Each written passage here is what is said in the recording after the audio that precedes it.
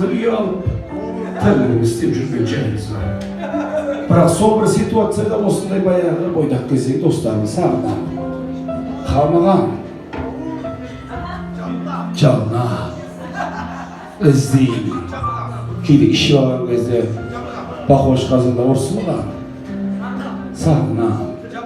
Сағынышында енді басылмай болатын кезде болады. Достар сағынған кезде. Ондайды өнер адамдар ғана сүзеді деп ойлаймын. Бұл өмір деген нәрсе қиын нәрсе. Кейде ренжіп қаласың, кейде досыңа, әйелің сияқты ренжіп қалатын кездер болады. Оны ешкім сезіне алмайды, сезінетін адамдар ғана түсіне алады.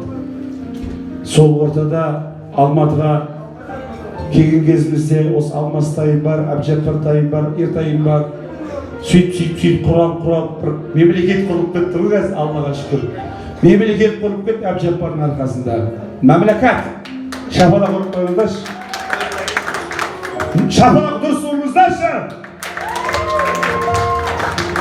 Мемлекет құрып кетті, сол мемлекеттің ішінде жақсы адамдармен табысып, жақсы адамдармен болысып, жақсы адамдармен құтты қонақ болып жүрген сәтіміз бар. Оның соның ішінде бүгін айналып келген кезде мен романдай күйеу балам алтын жүрегі ақ. Бұның жүрегі де біздің Жетісай сияқты, біз Жетісайдың балалары, ырыс бала, біз арасында арам ойлайтындарымыз бар. Бірақ сен таза ойлайтын баласың, сен адалдаусың. Как он есть орыстар тік айта салады дейді, сен тік айта салатын баласың. Сен сол сөзбен бізге жаққан баласың. Сондықтан да аман бол жан. Қасындағы жан-жарың, алғының қыздарына шыдау мүмкін емес. Біздің Жетісайда папаларымыз, аталарымыз айтатын еді.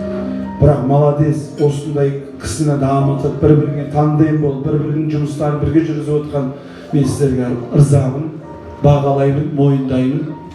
Адам өнерін бір-біріне мойындағаннан тұрады дейді ғой. Құдай қаласа құтты болсын жандарым.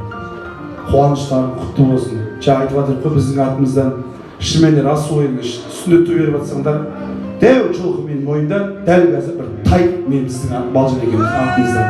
Құдай қаласа қазір қасиетімізді